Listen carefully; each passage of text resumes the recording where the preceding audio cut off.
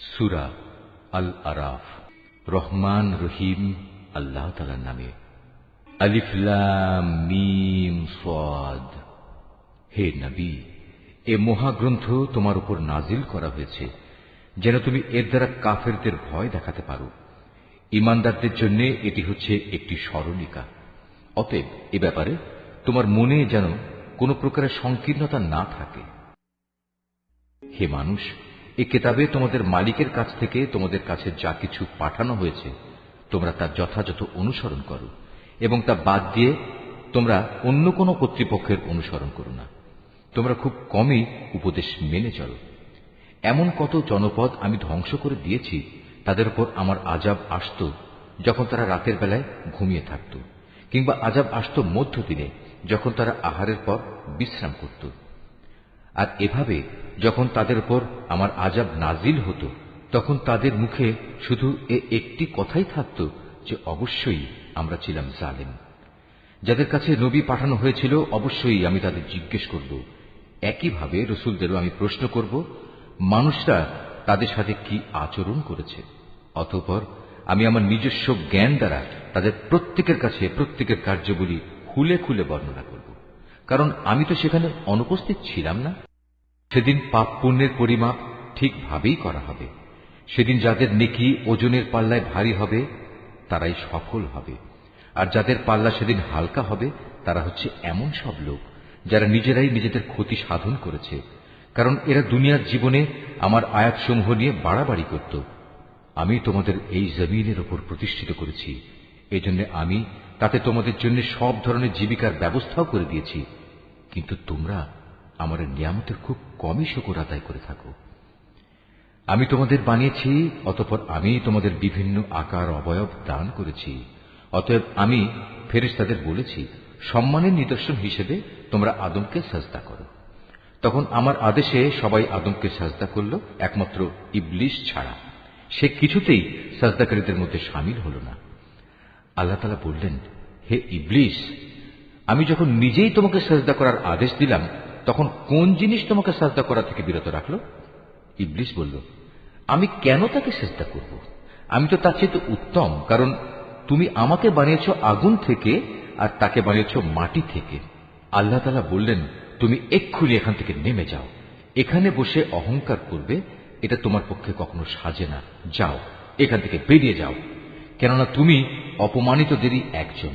সে বলল, হে আল্লাহ, তুমি আমাকে সেদিন পর্যন্ত শয়তানি করার অবকাশ দাও যেদিন এ আদম সন্তানদের পুনরায় কবর থেকে ওঠানো হবে। আল্লাহ তাআলা বললেন, হ্যাঁ যাও, যাদের অবকাশ দেয়া হয়েছে তুমিও তাদের একজন। সে বলল, যেহেতু তুমি এ আদমের জন্যই আমাকে পথভ্রষ্ট করলে, তাই আমিও এদের গুমরাহ করার জন্য অবশ্যই তোমার প্রদর্শিত প্রতিটি সরল পথের বাঁকে বাঁকে ওত পেতে বসে থাকব। অতঃপর তাদের পথভ্রষ্ট করার জন্য আমি তাদের কাছে অবশ্যই আসব তাদের সামনের দিক থেকে, তাদের পেছন দিক থেকে, তাদের ডান দিক থেকে, তাদের বাঁ দিক থেকে। ফলে তুমি এদের অধিকাংশ লোককেই তোমার নিয়ামতের প্রতি কৃতজ্ঞতা আদায়কারী হিসেবে দেখতে পাবে না। আল্লাহ তাআলা বললেন, বের হয়ে যাও তুমি এখান থেকে অপমানিত ও বিতাড়িত অবস্থায়। আদম সন্তানের যারাই তোমার অনুসরণ করবে তাদের এবং তোমাদের সবাইকে দিয়ে নিশ্চয়ই আমি জাহান্নাম পূর্ণ করে দেব। আল্লাহ তাআলা আদমকে বললেন, তুমি এবং তোমার সঙ্গিনী জান্নাতে বসবাস করতে থাকো এবং এর যেখান থেকে যা কিছু চাও তা তোমরা খেতে পারো, কিন্তু এ গাছটির কাছে যেও না, গেলে তোমরা উভয়ই জালেমদের মধ্যে শামিল হয়ে যাবে। অতঃপর শয়তান তাদের দুজনকেই কুমন্ত্রণা দিল যেন সে তাদের নিজেদের লজ্জাস্থানসমূহ যা তাদের পরস্পরের কাছ থেকে গোপন করে রাখা হয়েছিল প্রকাশ করে দিতে পারে। সে তাদের আরো বলল, তোমাদের মালিক তোমাদের এই গাছটির কাছে যাওয়া থেকে তোমাদের যে বারণ করেছেন তার উদ্দেশ্য এছাড়া আর কিছুই নয় যে সেখানে গেলে তোমরা উভয়ই ফেরেশতা হয়ে যাবে, অথবা এর ফলে তোমরা জান্নাতে চিরস্থায়ী হয়ে যাবে। সে তাদের কাছে কসম করে বলল, আমি অবশ্যই তোমাদের উভয়ের জন্য তোমাদের হিতাকাঙ্ক্ষীদের একজন। এভাবে সে এদের দুজনকেই প্রতারণার জালে আটকে ফেলল। অতঃপর একসময় যখন তারা উভয়ই সে গাছ ও তার ফল আস্বাদন করল তখন তাদের লজ্জাস্থানসমূহ তাদের উভয়ের সামনে খুলে গেল। সাথে সাথে তারা জান্নাতের বিভিন্ন লতাপাতা নিজেদের উপর জড়িয়ে নিজেদের গোপন স্থানসমূহ ঢাকতে শুরু করল। তাদের মালিক তখন তাদের ডাক দিয়ে বললেন, আমি কি তোমাদের উভয়কে এই গাছটির কাছে যাওয়া থেকে নিষেধ করিনি? এবং আমি কি তোমাদের একথা বলে দেইনি যে শয়তান হচ্ছে তোমাদের উভয়ের প্রকাশ্য দুশমন? নিজেদের ভুল বুঝতে পেরে তারা দুজনেই বলে উঠল, হে আমাদের মালিক, আমরা আমাদের নিজেদের উপর জুলুম করেছি। তুমি যদি আমাদের মাফ না করো তাহলে অবশ্যই আমরা চরম ক্ষতিগ্রস্তদের দলে সামিল হয়ে যাব। আল্লাহ তাআলা বললেন, এবার তোমরা সবাই এখান থেকে নেমে যাও। আজ থেকে তোমরা ও শয়তান চিরদিনের জন্য একে অপরের দুশমন। সুনির্দিষ্ট সময় পর্যন্ত পৃথিবীতে থাকার উদ্দেশ্যে তোমাদের জন্য সেখানে বসবাসের জায়গা ও জীবন সামগ্রীর ব্যবস্থা থাকবে।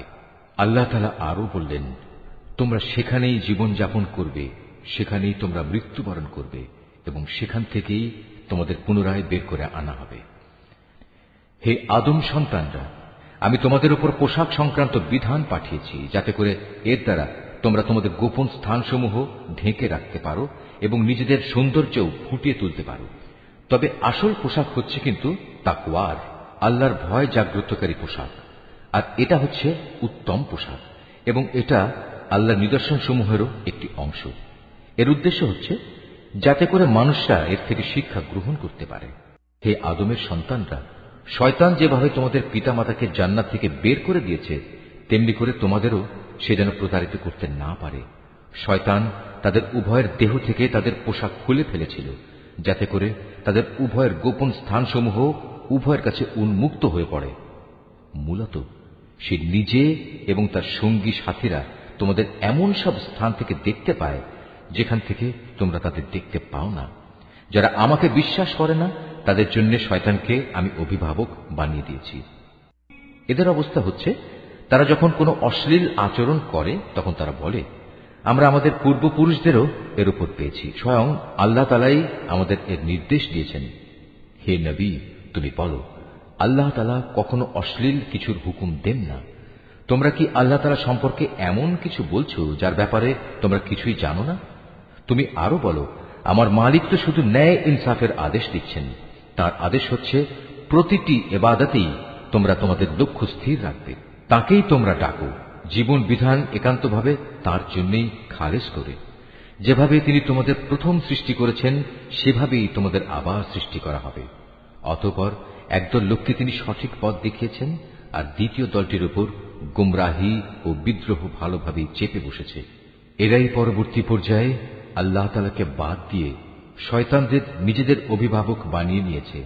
এ সত্ত্বেও তারা নিজেদের সঠিক পথের ওপর মনে করে। হে আদম সন্তানরা, তোমরা প্রতিটি ইবাদতের সময়ই তোমাদের সৌন্দর্য মণ্ডিত পোশাক গ্রহণ করো, তোমরা খাও এবং পান করো, তবে কোনো অবস্থাতেই অপচয় করো না, কেননা আল্লাহ তাআলা অপচয়কারীদের কখনো পছন্দ করেন না। হে নবী, তুমি বলো, আল্লাহ তাআলার দয়া সৌন্দর্য মণ্ডিত পোশাক এবং পাক পবিত্র জিনিস খাবার খাওয়া তোমাদের জন্য কে হারাম করেছে? এগুলো তো আল্লাহ তাআলা স্বয়ং নিজেই তার বান্দাদের জন্য বের করে এনেছেন। তুমি বলো, এগুলো হচ্ছে সাধারণত পার্থিব পাওনা, কিন্তু কিয়ামতের দিন বিশেষভাবে এগুলো ঈমানদারদের জন্য নির্দিষ্ট থাকবে। এভাবেই আমি জ্ঞানী সমাজের জন্য আমার আয়াতসমূহ খুলে খুলে বর্ণনা করি। তুমি এদের বলো, হ্যাঁ, আমার মালিক যা কিছু হারাম করেছেন তা হচ্ছে যাবতীয় প্রকাশ্য ও অপ্রকাশ্য অশ্লীল কাজ এবং গুনাহ ও অন্যায়ভাবে বাড়াবাড়ি করা। তিনি আরো হারাম করেছেন আল্লাহর সাথে অন্য কাউকে শরীক করা, যার ব্যাপারে তিনি কখনো কোনো সনদ নাজিল করেননি, এবং আল্লাহ তাআলা সম্পর্কে তোমাদের এমন সব বাজে কথা বলা যার ব্যাপারে তোমাদের কোনোই জ্ঞান নেই। প্রত্যেক জাতির জন্যই তার উত্থান পতনের একটি সুনির্দিষ্ট মেয়াদ রয়েছে। যখন তাদের সে মেয়াদ আসবে তখন তারা এক দণ্ড বিলম্বও করবে না, তেমনি তারা এক মুহূর্ত এগিয়েও আসবে না।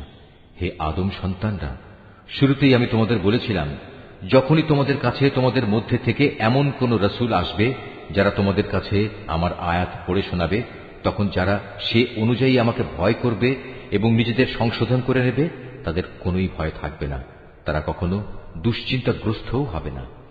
আর যারা আমার আয়াতসমূহকে মিথ্যা প্রতিপন্ন করবে এবং বড়াই করে এ সত্য থেকে মুখ ফিরিয়ে নেবে, তারাই হবে জাহান্নামের অধিবাসী, সেখানে তারা চিরদিন অবস্থান করবে। যে ব্যক্তি আল্লাহ তাআলা সম্পর্কে মিথ্যা রচনা করে কিংবা তার আয়াতকে মিথ্যা সাব্যস্ত করে, তার চাইতে বড় জালেম আর কে? এরা হচ্ছে সেসব ব্যক্তি যারা কেতাবে বর্ণিত দুর্ভোগের তাদের নিজেদের অংশ পেতে থাকবে। এমনি ভাবে তাদের মৃত্যুর সময় তাদের কাছে আমার ফেরেশতারা যখন এসে হাজির হবে, তখন ফেরেশতারা বলবে, বলো তারা এখন কোথায় যাদের তোমরা আল্লাহ তাআলার বদলে ডাকতে? তারা বলবে, আজ তারা আমাদের ছেড়ে সরে গেছে। তারা সেদিন সবাই নিজেদের বিরুদ্ধে সাক্ষ্য দেবে, তারা সত্যি কাফির ছিল। আল্লাহ তাআলা বলবেন, তোমাদের আগে যেসব মানুষের দল, জিনের দল গত হয়ে গেছে, তাদের সাথে তোমরাও আজ সবাই জাহান্নামের আগুনে ঢুকে পড়ো। এমনি করে যখন এক একটি জনগোষ্ঠী জাহান্নামে দাখিল হতে থাকবে, তখন তারা তাদের আদর্শগত ভাই বোনদের উপর লানত দিতে থাকবে। এভাবে লানত দিতে দিতে যখন সবাই সেখানে গিয়ে একত্র হবে, তখন তাদের শেষের দলটি পূর্ববর্তী দলের ব্যাপারে বলবে, হে আমাদের মালিক, এরাই হচ্ছে সেসব লোক যারা আমাদের গোমরা করেছিল, তুমি এদের জাহান্নামের শাস্তি দ্বিগুণ করে দাও। আল্লাহ তাআলা বলবেন, আজ তোমাদের প্রত্যেককেই দ্বিগুণ শাস্তি দেওয়া হবে, কিন্তু তোমরা তো অনুধাবনই করতে না। তাদের প্রথম দলটি তাদের শেষের দলটিকে বলবে, হ্যাঁ, আমরা যদি অপরাধী হয়েই থাকি, তবে তোমাদেরও আমাদের উপর কোনো শ্রেষ্ঠত্ব ছিল না। এ সময়ই আল্লাহর ঘোষণা আসবে, এখন তোমরা সবাই নিজ নিজ কর্মফলের বিনিময়ে জাহান্নামের আযাবের স্বাদ গ্রহণ করতে থাকো।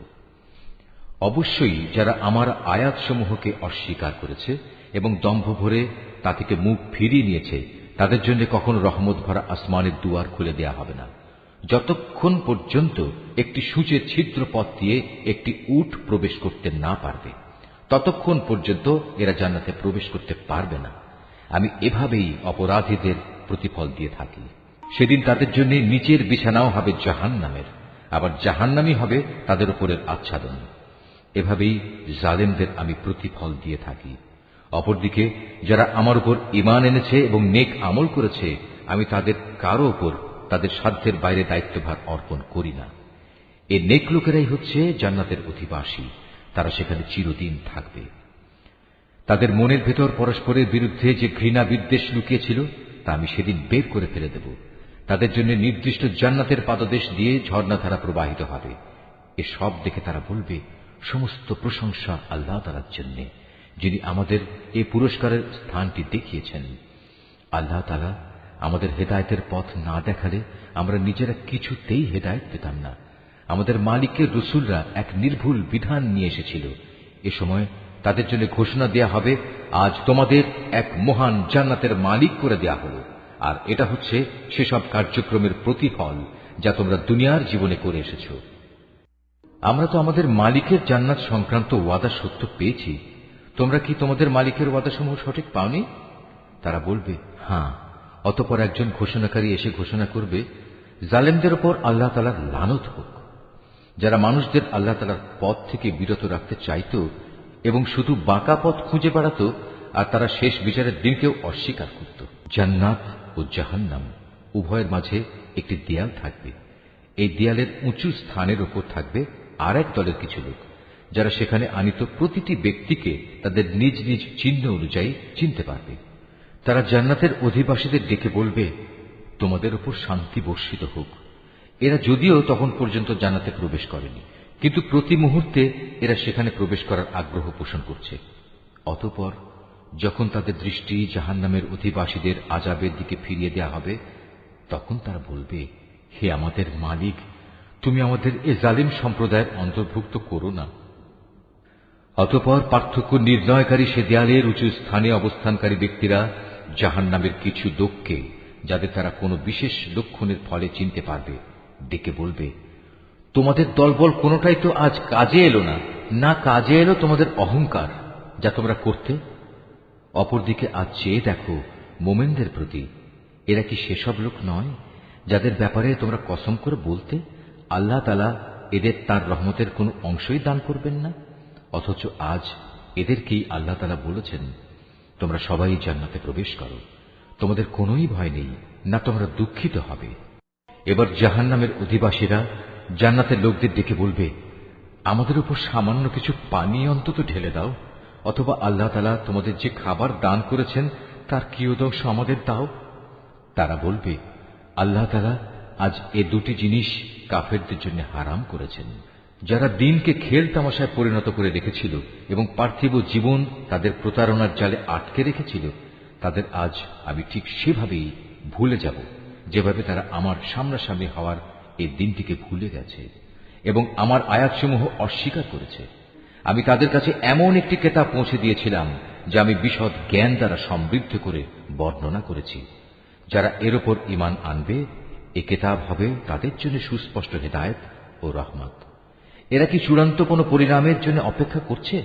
যেদিন সত্যি সত্যি সে পরিণাম তাদের কাছে আসবে, সেদিন যারা ইতিপূর্বে এ দিনটিকে ভুলে গিয়েছিল তারা বলবে, অবশ্যই আমাদের মালিকের পক্ষ থেকে আমাদের রাসূলরা এদিনের সত্য প্রতিশ্রুতি নিয়েই এসেছিল।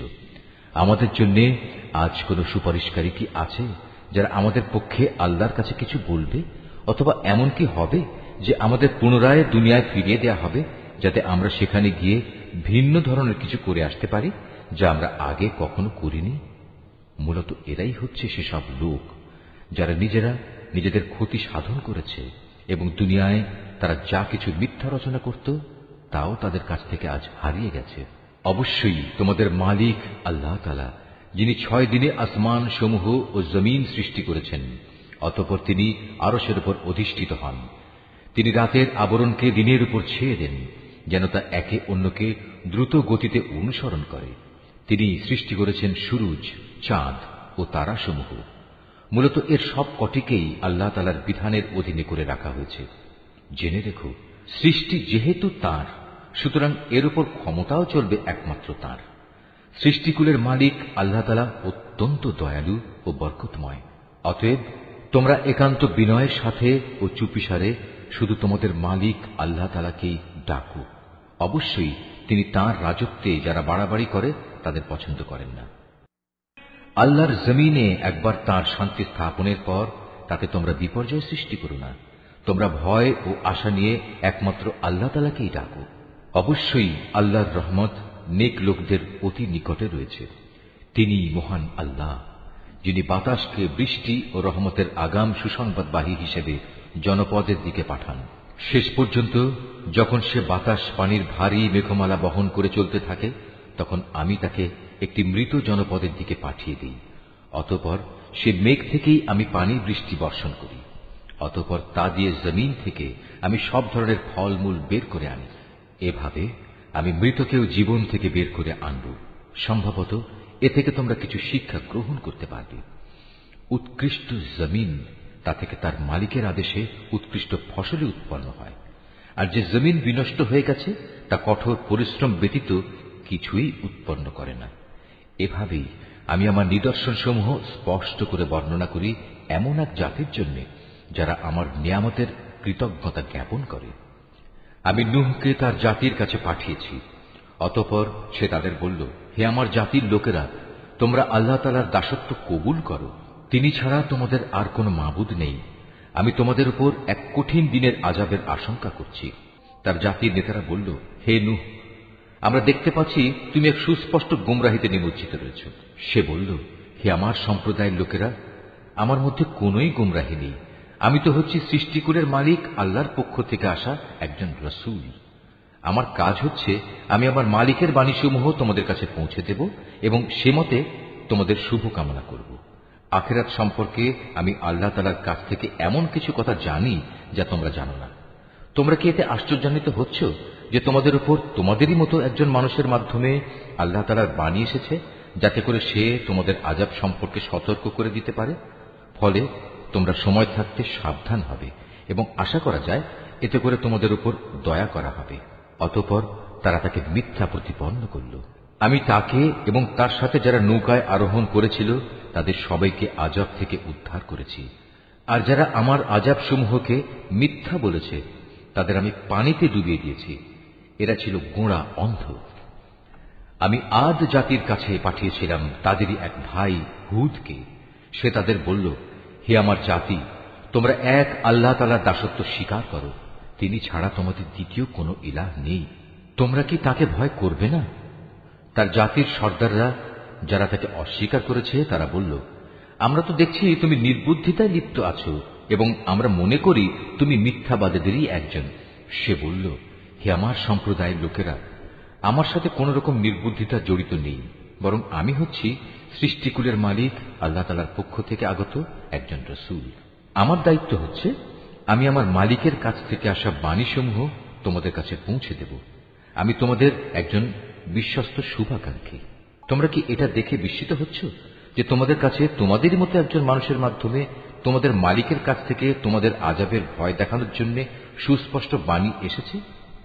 স্মরণ করো কিভাবে আল্লাহ তাআলা তোমাদের নূহের পর এই জমিনের খলিফা বানিয়েছেন এবং অন্যান্য সৃষ্টির চাইতে তিনি তোমাদের বেশি ক্ষমতা দান করেছেন। অতএব হে আমার জাতি, তোমরা আল্লাহ তাআলার অনুগ্রহগুলো স্মরণ করো। আশা করা যায় তোমরা সাফল্য অর্জন করতে পারবে। তারা হুদকে বলল, তুমি কি আমাদের কাছে এজন্যই এসেছো যে আমরা কেবল এক আল্লাহর ইবাদত করব এবং আমাদের পূর্বপুরুষরা যাদের বন্দিগি করেছে তাদের একেবারে বাদ দিয়ে দেব? এটাই যদি হয় তাহলে নিয়ে এসো আমাদের কাছে সে আযাব যার ব্যাপারে তুমি আমাদের এত ভয় দেখাচ্ছ, যদি তুমি সত্যবাদী হও। সে বলল, তোমাদের উপর তোমাদের মালিকের পক্ষ থেকে আযাব ও ক্রোধ তো নির্ধারিত হয়েই আছে। তোমরা কি আমার সাথে সে মিথ্যা মাবুদের নামগুলোর ব্যাপারে বিতর্কে লিপ্ত হতে চাও যা তোমরা এবং তোমাদের বাপদাদারা এমনি এমনি রেখে দিয়েছ, যার ব্যাপারে আল্লাহ তাআলা কোন রকম সনদ নাজিল করেননি? অতএব তোমরা অপেক্ষা করো, আমিও তোমাদের সাথে অপেক্ষা করতে থাকব। অতঃপর যখন আযাব এলো তখন আমি তাকে এবং তার সাথে যেসব ঈমানদার ব্যক্তি ছিল তাদের আমার রহমত দ্বারা আযাব থেকে বাঁচিয়ে দিলাম, আর যারা আমার আয়াতসমূহকে অস্বীকার করেছে আমি তাদের নির্মূল করে দিলাম। এরা তো আসলে ঈমানদারই ছিল না। সামুদ জাতির কাছে আমি পাঠিয়েছিলাম তাদেরই এক ভাই সালেহকে। সে এসে বলল, হে আমার জাতি, তোমরা এক আল্লাহ তাআলার বন্দেগী করো, তিনি ছাড়া তোমাদের আর কোনো ইলাহ নেই। তোমাদের কাছে তোমাদের মালিকের কাছ থেকে সুস্পষ্ট প্রমাণ এসে হাজির হয়েছে, আর তোমাদের জন্য এ হচ্ছে আল্লাহর উষ্ট্রি। একে তোমরা ছেড়ে দাও যেন তা আল্লাহ তাআলার জমিনে বিচরণ করে খেতে পারে। তোমরা তাকে কোনো খারাপ মতলবে স্পর্শ করো না, তাহলে আল্লাহর পক্ষ থেকে কঠোর আযাব এসে তোমাদের পাকড়াও করবে।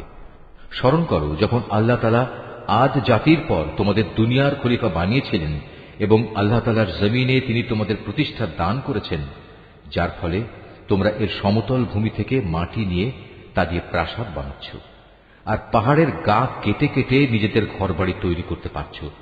অতএব তোমরা আল্লাহ তাআলার এসব জ্ঞান ও প্রকৌশল সংক্রান্ত নিয়ামত স্মরণ করো এবং কোনো অবস্থায় আল্লাহ তাআলার জমিনে বিপর্যয় ঘটিও না।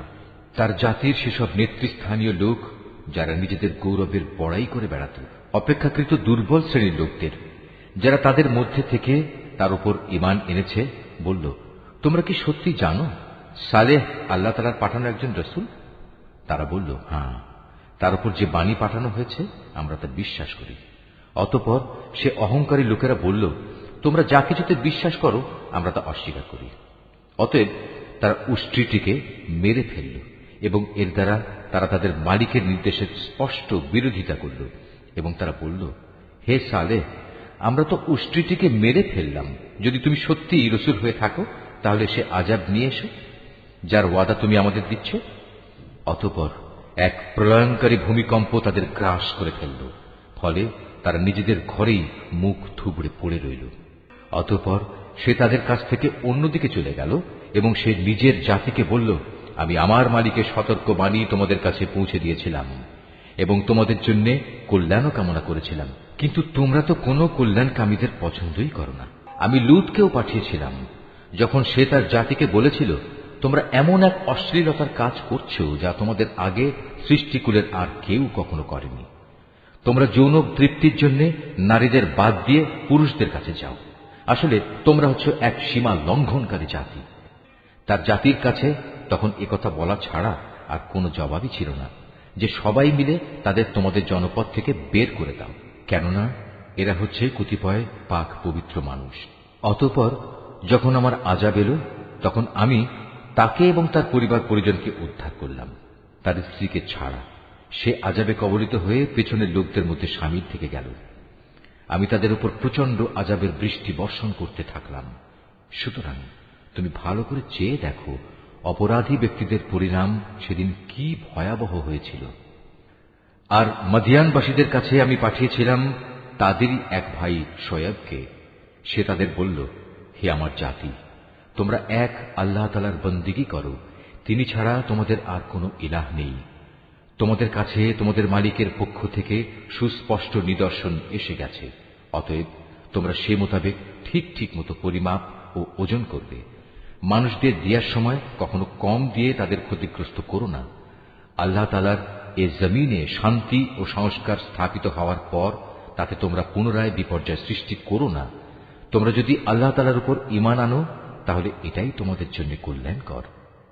প্রতিটি রাস্তায় তোমরা এজন্য বসে থেকো না যে তোমরা লোকদের ভীত সন্ত্রস্ত করবে, এবং যারা ঈমান এনেছে তাদের তোমরা আল্লাহ তাআলার পথ থেকে বিরত রাখবে, আর সব সময় অহেতুক দোষ ত্রুটি খুঁজতে থাকবে। স্মরণ করে দেখো, যখন তোমরা সংখ্যায় ছিলে নিতান্ত কম, অতঃপর আল্লাহ তোমাদের সংখ্যা বাড়িয়ে দিলেন।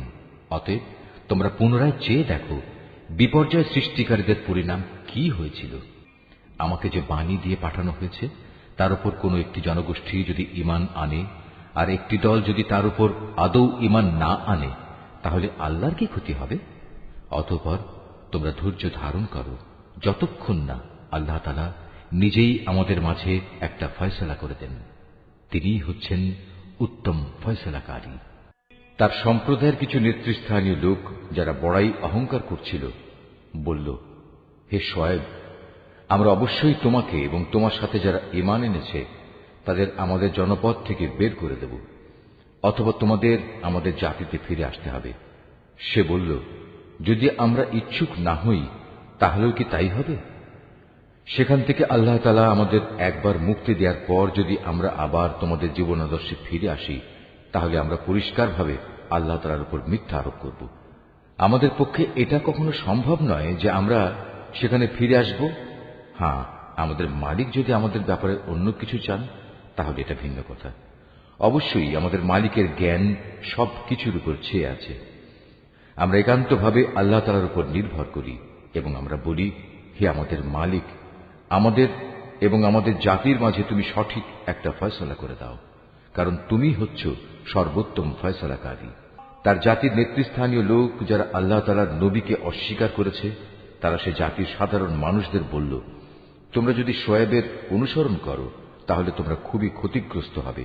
নবীর কথা অমান্য করার কারণে একটা প্রচন্ড ভূকম্পন এসে তাদের নির্মমভাবে আঘাত করল, আর দেখতে দেখতে তারা সবাই তাদের নিজ নিজ ঘরেই মুখ থুবড়ে পড়ে থাকল। যারা শোয়েবকে অমান্য করল তারা এমনভাবে ধ্বংস হয়ে গেল, মনে হয়েছে এখানে কোনোদিন কেউ বসবাসই করেনি। বস্তুত তারাই সেদিন ক্ষতিগ্রস্ত হয়েছে যারা শোয়েবকে অস্বীকার করেছে। এরপর সে শোয়েব তাদের কাছ থেকে চলে গেল। যাবার সময় সে বলল, হে আমার জাতি, আমি তোমাদের কাছে আমার মালিকের বাণীসমূহ পৌঁছে দিয়েছিলাম এবং আমি আন্তরিকভাবেই তোমাদের কল্যাণ কামনা করেছিলাম। আমি কেন এমন সব মানুষের জন্য আফসোস করব যারা আল্লাহকেই অস্বীকার করে? আমি কোন জনপদে কোন নবী পাঠিয়েছি, অথচ সেই জনপদে মানুষদের অভাব ও কষ্ট দিয়ে আক্রান্ত করিনি, এমনটি কখনো হয়নি। আশা করা গিয়েছিল এর ফলে তারা আল্লাহ তাআলার কাছে বিনয়াবনত হবে। অতঃপর আমি তাদের দুঃখ কষ্টের জায়গাকে সচ্ছল অবস্থার দ্বারা বদলে দিয়েছি। এমনকি যখন তারা আমার নিয়ামত দ্বারা প্রাচুর্য লাভ করল, তখন তারা আমাকেই ভুলে বসল এবং বলল, সচ্ছলতা ও অসচ্ছলতা তো আমাদের পূর্বপুরুষদের উপর এসেছে। অতঃপর আমি তাদের এমন আকস্মিকভাবে পাকড়াও করলাম যে তারা টেরও পেল না। অথচ যদি সেই জনপদের মানুষগুলো আল্লাহ তাআলার উপর ঈমান আনত এবং আল্লাহ তাআলাকে ভয় করত, তাহলে আমি তাদের উপর আসমান জমিনের যাবতীয় বরকতের দুয়ার খুলে দিতাম। কিন্তু তা না করে তারা আমার নবীকেই মিথ্যা প্রতিপন্ন করল। সুতরাং তাদের কর্মকাণ্ডের জন্য আমি তাদের ভীষণভাবে পাকড়াও করলাম। এ লোকালয়ের মানুষগুলো কি এতই নির্ভয় হয়ে গেছে তারা মনে করে নিয়েছে আমার আযাব নিঝুম রাতে তাদের কাছে আসবে না, যখন তারা গভীর ঘুমে বিভোর হয়ে থাকবে? অথবা তারা কি নির্ভয় হয়ে ধরে নিয়েছে যে আমার আযাব তাদের উপর মধ্যদিনে এসে পড়বে না, যখন তারা খেল তামাশায় মত্ত থাকবে? কিংবা তারা কি আল্লাহ তাআলার কলা কৌশল থেকেও নির্ভয় হয়ে গেছে?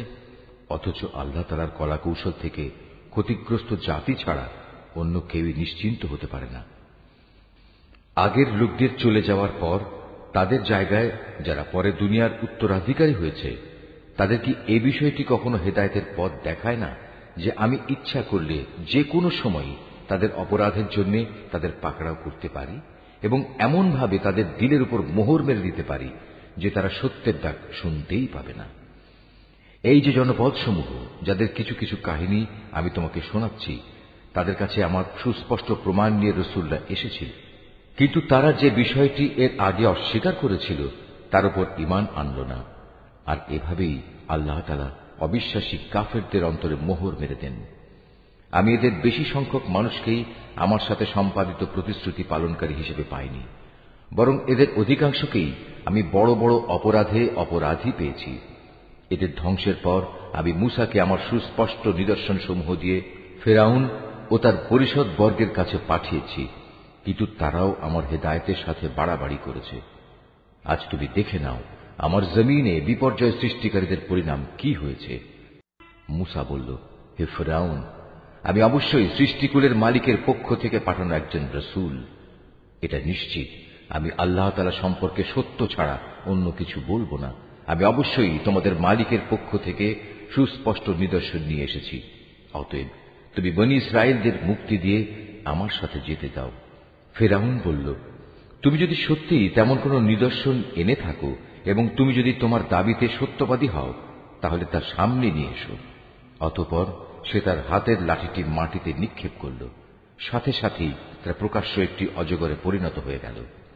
অতঃপর সে বুগল থেকে তার হাত বের করল, সাথে সাথে তা উৎসাহী দর্শকদের জন্য চমকাতে লাগল।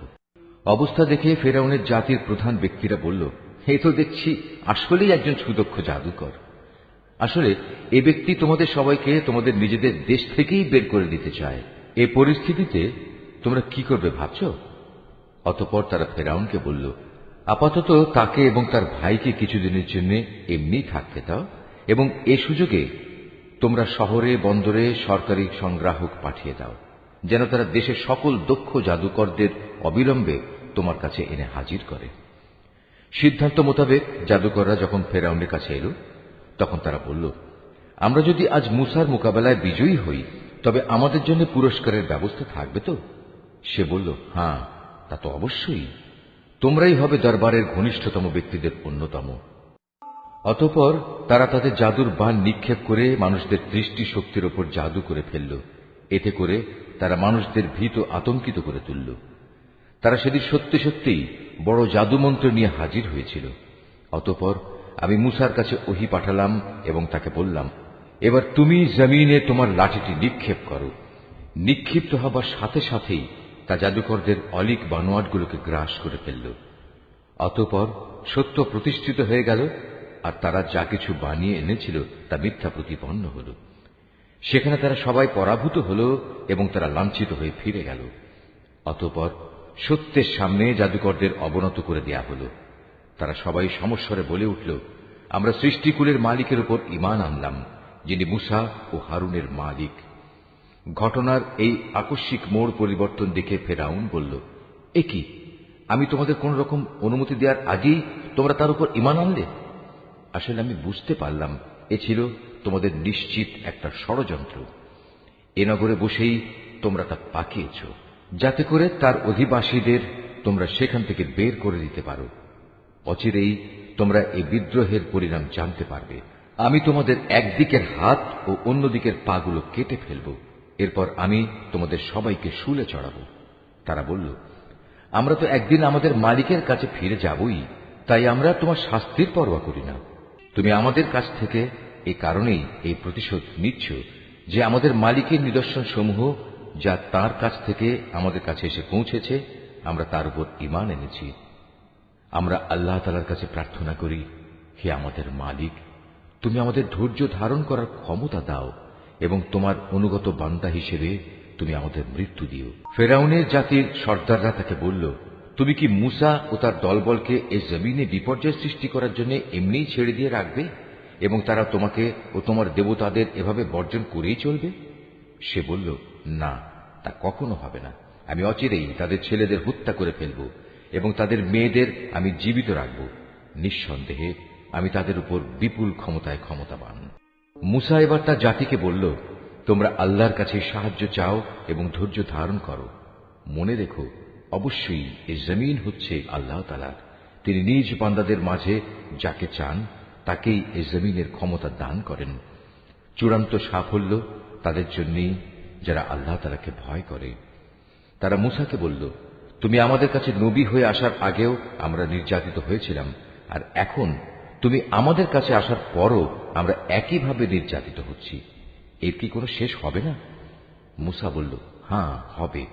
খুব তাড়াতাড়ি সম্ভবত তোমাদের মালিক তোমাদের শত্রুকে ধ্বংস করে দেবেন এবং এই দুনিয়ায় তিনি তোমাদের তার স্থলাভিষিক্ত করবেন। অতঃপর আল্লাহ তাআলা দেখবেন তোমরা কি করো। ক্রমাগত বেশ কয়েক বছর ধরে আমি ফেরাউনের লোকজনদের দুর্ভিক্ষ ও ফসলের স্বল্পতা দিয়ে আক্রান্ত করে রেখেছিলাম। সম্ভবত তারা কিছুটা হলেও বুঝতে পারবে। যখন তাদের উপর ভালো সময় আসত তখন তারা বলতো, এ তো ছিল আমাদের নিজেদেরই পাওনা। আবার যখন দুঃসময় তাদের পেয়ে বসত তখন নিজেদের দুর্ভাগ্যের ভার তারা মুসা এবং তার সঙ্গী সাথীদের ওপরই আরোপ করত। হ্যাঁ, তাদের দুর্ভাগ্যের যাবতীয় বিষয় তো আল্লাহ তাআলার হাতেই রয়েছে, কিন্তু তাদের অধিকাংশ লোকই এ সম্পর্কে অবহিত নয়। তারা মুসাকে আরো বলল, আমাদের উপর জাদুর প্রভাব বিস্তার করার জন্য তুমি যত নিদর্শনই নিয়ে আসো না কেন, আমরা কখনো তোমার উপর ঈমান আনব না। এ ধৃষ্টতার জন্য অতঃপর আমি তাদের উপর ঝড় তুফান দিলাম, পঙ্গপাল পাঠালাম, উকুন ছড়ালাম, ব্যাঙ ছেড়ে দিলাম ও রক্তপাতজনিত বিপর্যয় নাজিল করলাম। এর সব কয়টি তাদের কাছে এসেছিল আমার এক একটা সুস্পষ্ট নিদর্শন হিসেবে, কিন্তু এ সত্ত্বেও তারা অহংকার বড়াই করতেই থাকল। আসলেই তারা ছিল একটি অপরাধী জাতি।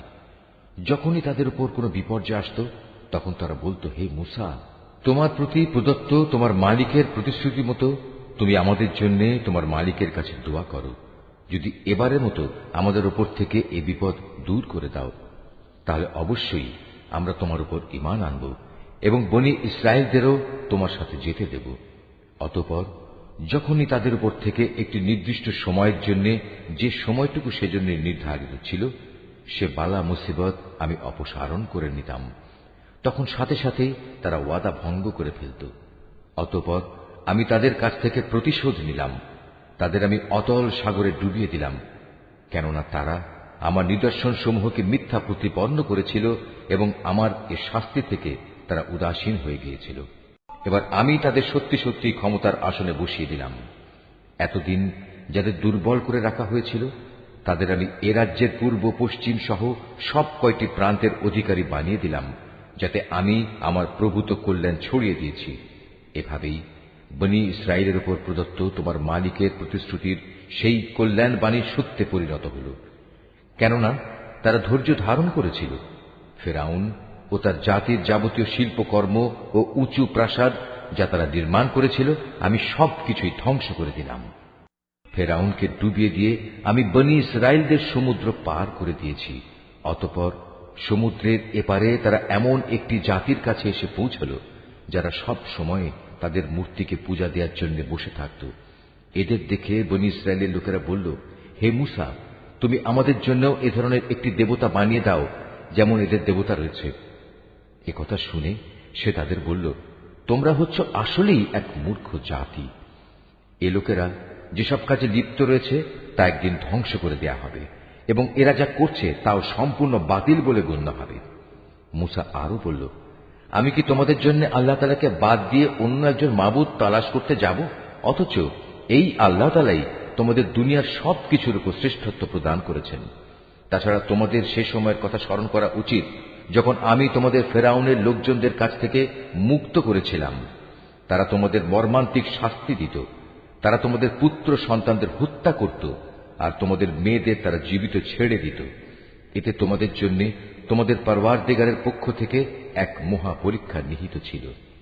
মুসাকে আমার কাছে ডাকার জন্য আমি 30টি রাত নির্ধারণ করে দিয়েছিলাম, পরে তাতে আরো 10 মিলিয়ে তাকে পূর্ণ করেছি। এভাবেই তার জন্য তার মালিকের নির্ধারিত সময় 40 রাতের মেয়াদ পূর্ণ হয়ে গেল। যাত্রার প্রাক্কালে মুসা তার ভাই হারুনকে বলল, আমার অবর্তমানে আমার লোকদের মাঝে তুমি আমার প্রতিনিধিত্ব করবে, তাদের প্রয়োজনীয় সংশোধনও করবে, কখনো বিশৃঙ্খলা সৃষ্টিকারীদের কথা মতো চলবে না।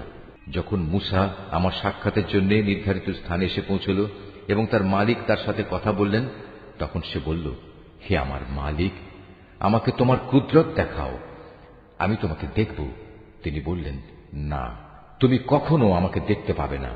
তুমি বরং অনতি দূরের পাহাড়টির দিকে তাকিয়ে দেখো, যদি আমার নূর দেখার পর পাহাড়টি স্বস্থানে স্থির হয়ে দাঁড়িয়ে থাকতে পারে, তাহলে তুমি অবশ্যই সেখানে আমায় দেখতে পাবে। অতঃপর যখন তার মালিক পাহাড়ের উপর স্বীয় জ্যোতি নিক্ষেপ করলেন, তখন তা পাহাড়কে চূর্ণ বিচূর্ণ করে দিল। সাথে সাথেই মূসা বেহুশ হয়ে গেল। পরে যখন সে সংজ্ঞা ফিরে পেল, তখন সে বলল, মহাপবিত্রতা তোমার, হে আল্লাহ, আমি তোমার কাছে তওবা করছি, আর তোমার উপর ঈমান আনায়নকারীদের মধ্যে আমি হতে চাই প্রথম। আল্লাহ তাআলা বললেন, হে মূসা, আমি মানুষের মাঝ থেকে তোমাকে আমার নবুয়ত ও আমার সাথে বাক্যালাপের মর্যাদা দিয়ে বাছাই করে নিয়েছি। অতএব আমি তোমাকে হেদায়েতের যা কিছু বাণী দিয়েছি তা নিষ্ঠার সাথে গ্রহণ করো, এবং এজন্য তুমি আমার কৃতজ্ঞতা আদায় করো। এই ফলকের মধ্যে আমি তার জন্য সর্ববিষয়ের উপদেশমালা ও সবকিছুর বিস্তারিত বিবরণ লিখে দিলাম। অতএব একে শক্ত করে আঁকড়ে ধরো এবং তোমার জাতির লোকদের বলো, তারা যেন এর উৎকৃষ্ট অংশ গ্রহণ করে। অচিরেই আমি তোমাদের সেসব ধ্বংসপ্রাপ্ত বিদ্রোহীদের আস্তানা দেখাবো। অচিরেই আমি সেসব মানুষদের দৃষ্টি আমার এসব নিদর্শন থেকে ভিন্ন দিকে ফিরিয়ে দেব, যারা পৃথিবীতে অন্যায়ভাবে বাহাদুরি করে বেড়ায়। আসলে এই লোকেরা যদি অতীত ধ্বংসাবশেষের সব কয়টি চিহ্ন দেখতে পায়, তবু তারা তার উপর ঈমান আনবে না। যদি তারা সঠিক পথ দেখতেও পায়, তবু তারা পথকে পথ বলে গ্রহণ করবে না। যদি এর কোথাও কোনো বাঁকা পথ তারা দেখতে পায়, তাহলে তাকেই অনুসরণযোগ্য পথ হিসেবে গ্রহণ করবে। এটা এ কারণে যে তারা আমার আয়াতসমূহকে মিথ্যা সাব্যস্ত করেছে, আর এই আযাব থেকেও তারা ছিল উদাসীন। যারা আমার আয়াতসমূহ ও পরকালে আমার সামনাসামনি হওয়ার বিষয়কে অস্বীকার করবে, তাদের সব কার্যকলাপই বিনষ্ট হয়ে যাবে, আর তারা এই দুনিয়ায় যা কিছু করবে তাদের তেমনি প্রতিফল দেয়া হবে। মূসার জাতির লোকেরা তার তুর পর্বতে গমনের পর নিজেদের অলংকার দিয়ে একটি গোবাছুর বানিয়ে দিল। তা ছিল জীবনবিহীন একটি দেহ, যার আওয়াজ ছিল শুধু গরুর হাম্বারম।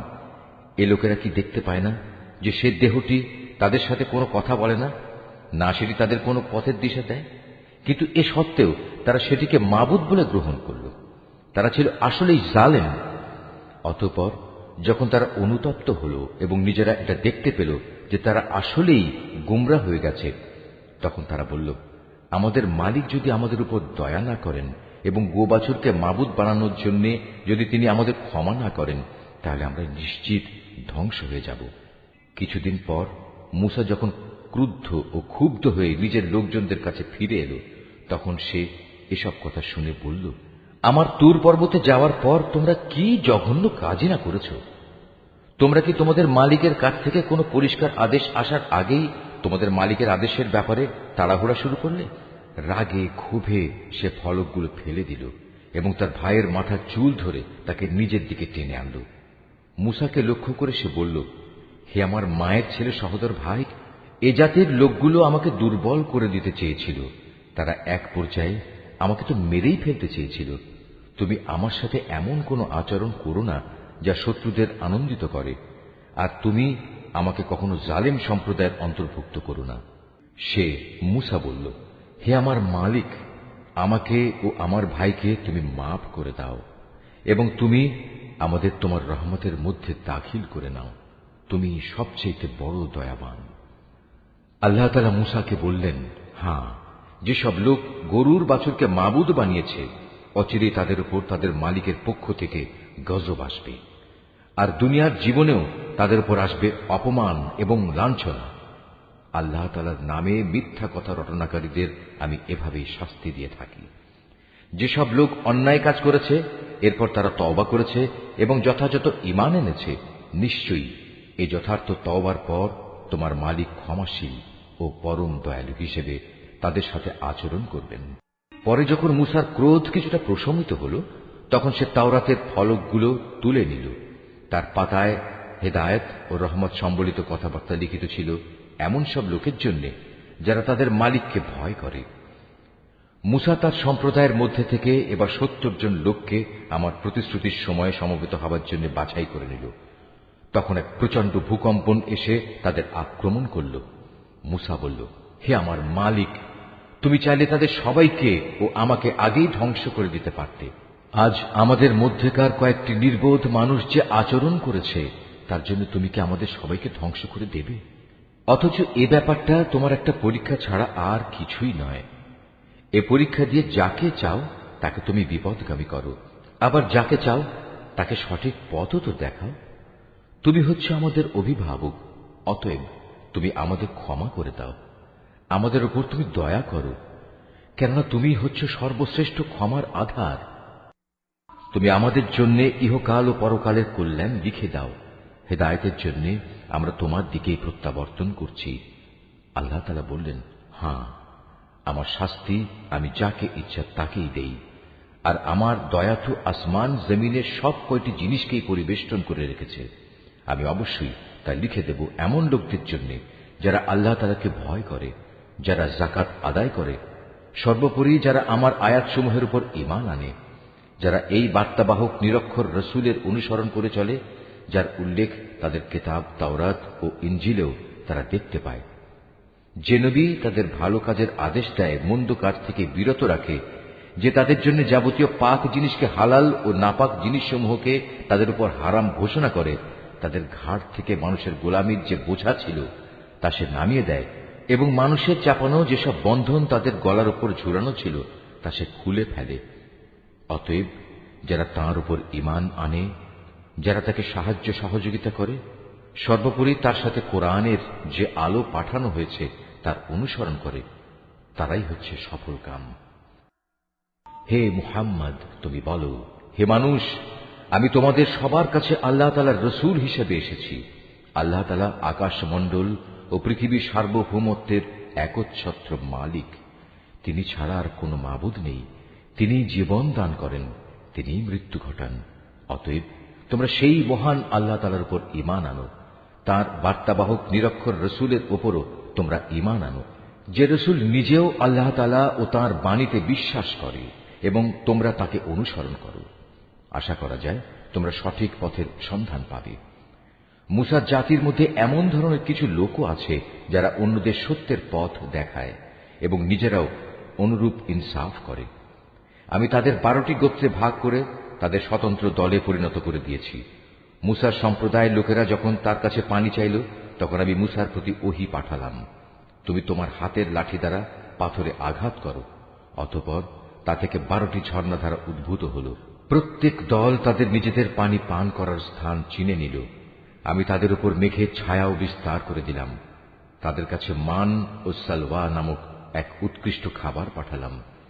তাদের আমি এও বললাম, তোমাদের আমি যেসব পবিত্র জিনিস দান করেছি তা তোমরা খাও। আমার কৃতজ্ঞতা আদায় না করে তারা আমার উপর কোনো জুলুম করেনি, বরং তারা নিজেরাই নিজেদের উপর জুলুম করেছে।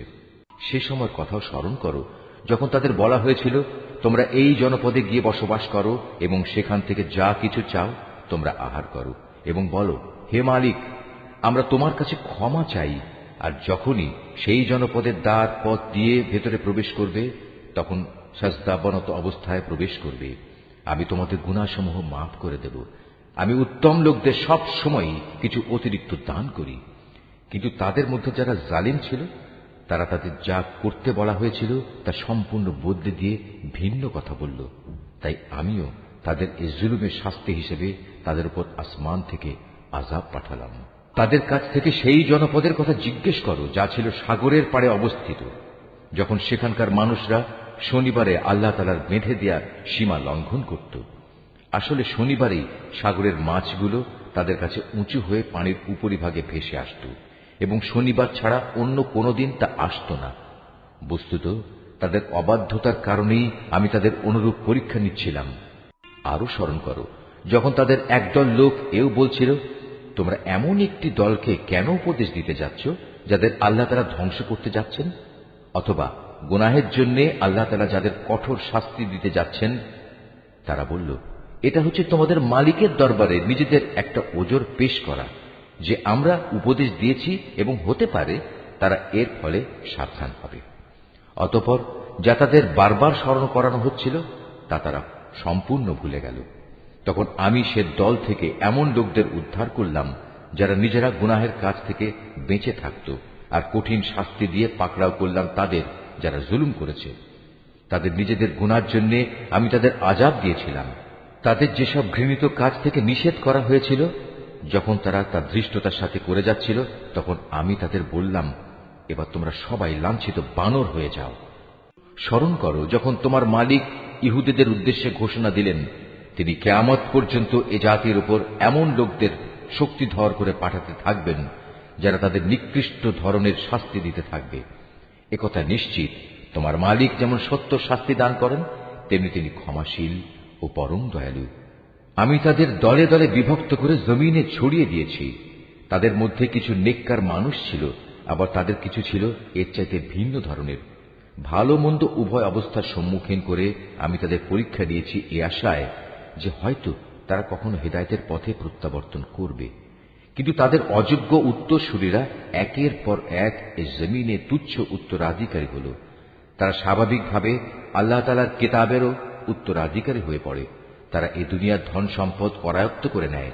অপরদিকে মূর্খের মতো বলতে থাকে, আমাদের শেষ বিচারের দিন মাফ করে দেয়া হবে। কিন্তু অর্জিত সম্পদের অনুরূপ সম্পদ যদি তাদের কাছে এসে পড়ে, তারা সাথে সাথেই তা হস্তগত করে নেয়।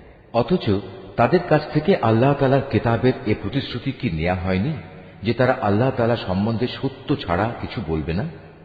আল্লাহ তাআলা সেই কিতাবে যা আছে তা তো তারা নিজেরা বহুবার অধ্যয়নও করেছে।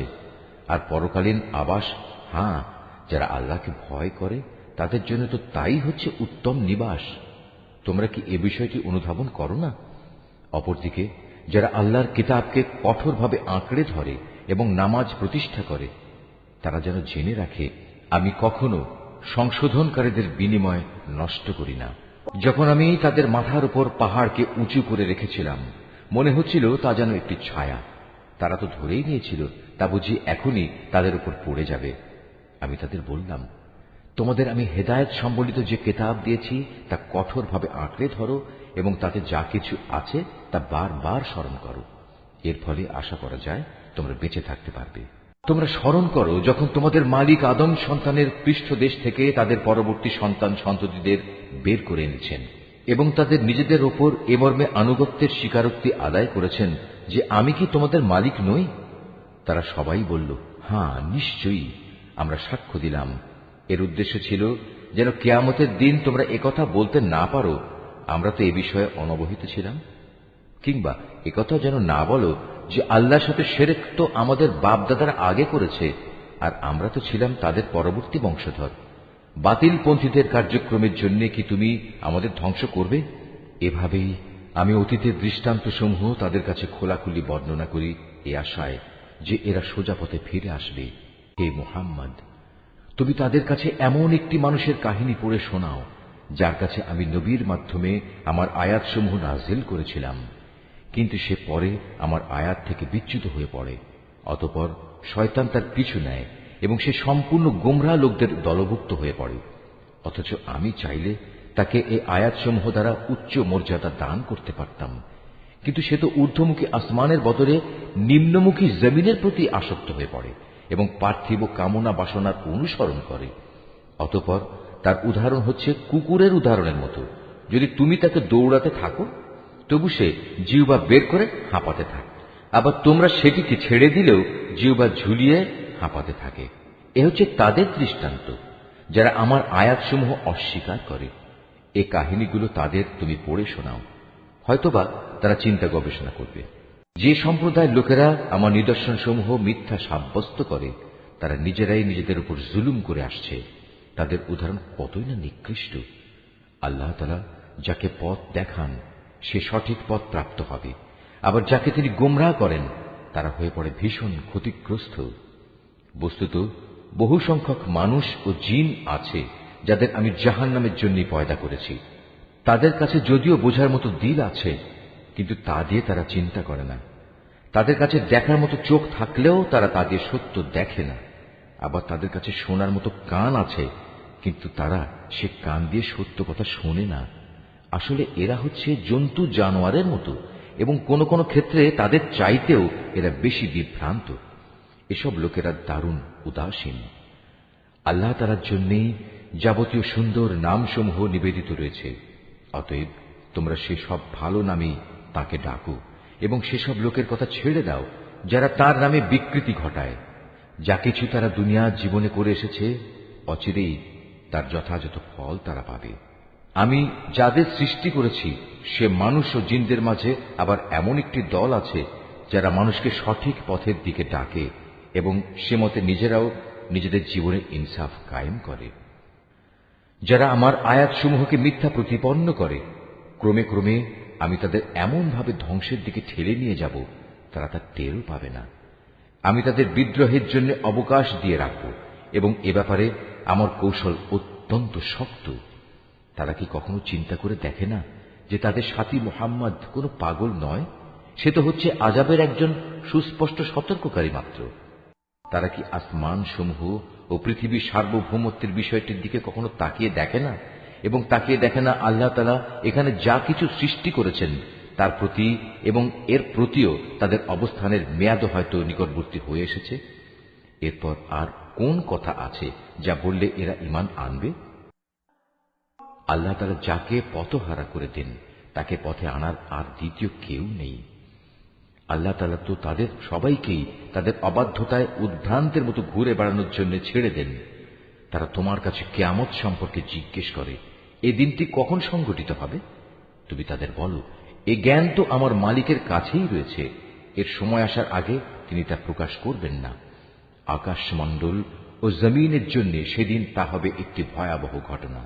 এটি তোমাদের উপর পতিত হবে একান্ত আকস্মিকভাবেই। তারা এই প্রশ্নটি এমন ভাবে জিজ্ঞেস করে যে মনে হয় তুমি বুঝি বিষয়টি সম্পর্কে সবকিছু জানো।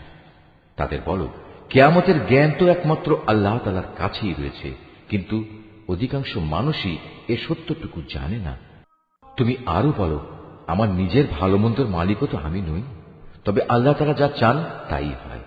যদি আমি অজানা বিষয় সম্পর্কে জানতাম তাহলে আমি নিজের জন্য সে জ্ঞানের জোরে অনেক ফায়দাই হাসিল করে নিতে পারতাম এবং এ কারণে কোনো অকল্যাণই আমাকে স্পর্শ করতে পারত না। আমি তো শুধু একজন নবী, জাহান্নামে সতর্ককারী ও জান্নাতের সুসংবাদবাহী মাত্র, শুধু সে জাতির জন্য যারা আমার উপর ঈমান আনে। তিনিই সেই আল্লাহ তাআলা যিনি তোমাদের একটি প্রাণ থেকে পয়দা করেছেন এবং পরবর্তী পর্যায়ে তার থেকে তিনি তার জুড়ি বানিয়েছেন যেন তার জুড়ির কাছে গিয়ে সে পরম শান্তি লাভ করতে পারে। অতঃপর যখন পুরুষ সাথীটি তার মহিলা সাথীটিকে দৈহিক প্রয়োজনের জন্য ঢেকে দিল তখন মহিলা সাথীটি এক লঘু গর্ভ ধারণ করল এবং প্রথম দিকে সে এ নিয়েই চলাফেরা করল। পরে যখন সে গর্ভের কারণে ওজনে ভারী হয়ে এলো তখন তারা পুরুষ মহিলা উভয়ই তাদের মালিককে ডেকে বলল, হে আল্লাহ তাআলা, যদি তুমি আমাদের একটি সুস্থ ও পূর্ণাঙ্গ সন্তান দান করো তাহলে আমরা অবশ্যই তোমার কৃতজ্ঞতা আদায় করব। পরে সত্যিই যখন তিনি তাদের উভয়কে একটি নিখুঁত সন্তান দান করলেন তখন তারা যা কিছু সন্তানের আকারে আল্লাহর পক্ষ থেকে তাদের দেয়া হয়েছে সে ব্যাপারেই অন্যদের শরীক বানিয়ে নিল। আল্লাহ তাআলা তাদের শরীক বানানো থেকে অনেক পবিত্র। এরা কি আল্লাহ তাআলার সাথে এমন কিছুকে শরীক মনে করে যারা কিছুই সৃষ্টি করতে পারে না, বরং তাদের নিজেদেরই সৃষ্টি করা হয়। তারা তাদের কাউকে কোন রকম সাহায্য করতে সক্ষম নয় এবং তারা নিজেদেরও কোন রকম সাহায্য করতে পারে না। তোমরা যদি এ মূর্খ লোকদের হেদায়েতের পথের দিকে আহ্বান করো তারা তোমাদের কথা শুনবে না। তাই তোমরা তাদের হেদায়েতের পথে ডাকো কিংবা চুপ করে থাকো, উভয়টাই তোমাদের জন্য সমান কথা। আল্লাহ তাআলাকে বাদ দিয়ে তোমরা যাদের সাহায্যের জন্য ডাকো তারা তো তোমাদের মতোই কতিপয় বান্দা। তোমরা তাদের ডেকেই দেখো না। তোমরা তোমাদের দাবিতে সত্যবাদী হলে তাদের উচিত তোমাদের ডাকে সাড়া দেয়া। তাদের কি কোনো পা আছে যার উপর ভর দিয়ে তারা চলতে পারে? অথবা তাদের কি কোনো ক্ষমতাধর হাত আছে যা দিয়ে তারা সবকিছু ধরতে পারে? কিংবা তাদের কোনো চোখ আছে যা দিয়ে তারা সবকিছু দেখতে পারে? কিংবা আছে তাদের কোনো কান যা দিয়ে তারা শুনতে পারে? তুমি বলো, তোমরা ডাকো তোমাদের শরীকদের, এরপর তোমরা আমার বিরুদ্ধে ষড়যন্ত্র করো। ষড়যন্ত্র করার সময় আমাকে কোনো অবকাশও দিও না। তুমি তাদের বলো, নিশ্চয়ই আমার অভিভাবক হচ্ছেন একমাত্র আল্লাহ যিনি কিতাব নাজিল করেছেন। তিনি হামেশাই ভালো লোকদের অভিভাবকত্ব করেন। আল্লাহ তাআলাকে বাদ দিয়ে যাদের তোমরা ডাকো তারা তোমাদের কোন রকম সাহায্য করতে সক্ষম নয়, এমনকি তারা নিজেদেরও কোন রকম সাহায্য করতে পারে না। তোমরা যদি কখনো তাদের হেদায়েতের পথে আসার আহ্বান জানাও তবে তারা শুনতেই পাবে না। কথা বলার সময় যদিও তুমি দেখছো তারা তোমার দিকেই চেয়ে আছে, কিন্তু এরা সত্য দেখতেই পায় না। হে মুহাম্মদ, এদের সাথে তুমি ক্ষমার নীতি অবলম্বন করো, নেক কাজের আদেশ দাও এবং মূর্খ লোকদের তুমি এড়িয়ে চলো। কখনো যদি শয়তানের কুমন্ত্রণা তোমাকে প্ররোচিত করে, সাথে সাথেই তুমি আল্লাহ তাআলার কাছে আশ্রয় চাও। অবশ্যই তিনি সবকিছু শোনেন এবং সবকিছু জানেন। আল্লাহ তাআলাকে যারা ভয় করে তাদের যদি কখনো শয়তানের পক্ষ থেকে কুমন্ত্রণা স্পর্শ করে তবে তারা সাথে সাথেই আত্মসচেতন হয়ে পড়ে, তৎক্ষণাৎ তাদের চোখ খুলে যায়। তাদের কাফের ভাই বন্ধুরা তাদের বিদ্রোহের পথে টেনে নিয়ে যেতে চায়, অতঃপর তারা চেষ্টার কোনো ত্রুটি করে না। আবার যখন তুমি কিছুদিন তাদের কাছে কোনো আয়াত এনে হাজির না করো তখন তারা বলে, ভালো হতো যদি তুমি নিজেই তেমন কিছু বেছে না নিতে। তুমি বলো, আমি তো তাই অনুসরণ করি যা আমার মালিকের কাছ থেকে আমার কাছে নাজিল হয়। আরে কোরআন হচ্ছে তোমাদের মালিকের কাছ থেকে নাজিল করা অন্তর্দৃষ্টি সম্পন্ন জ্ঞান। যারা ঈমান এনেছে এ কিতাব তাদের জন্য হেদায়েত ও রহমত। যখন তোমার সামনে কোরআন তেলাওয়াত করা হয় তখন মনোযোগের সাথে তা শোনো এবং নিশ্চুপ থাকো। আশা করা যায় এর ফলে তোমাদের উপর দয়া করা হবে। হে নবী, তোমার মালিককে স্মরণ করো মনে মনে, সকাল সন্ধ্যায় সবিনয়ে এবং সশঙ্ক চিত্তে। অনুচ্চ স্বরের কথাবার্তা দিয়েও তাকে তুমি স্মরণ করো, কখনো তার স্মরণ থেকে গাফেল হয়েও না। এই আয়াতটি যিনি তেলাওয়াত করবেন এবং যিনি এই আয়াতটির তেলাওয়াত শুনবেন তাদের সবাইকে এখানে একটি সাজদা আদায় করতে হবে। এটা ওয়াজিব। নিঃসন্দেহে যারা তোমার মালিকের একান্ত সান্নিধ্যে আছে তারা কখনো অহংকার করে তার ইবাদত থেকে বিরত থাকে না। তারা তার তাসবিহ করে এবং তার সামনে সাজদা করে।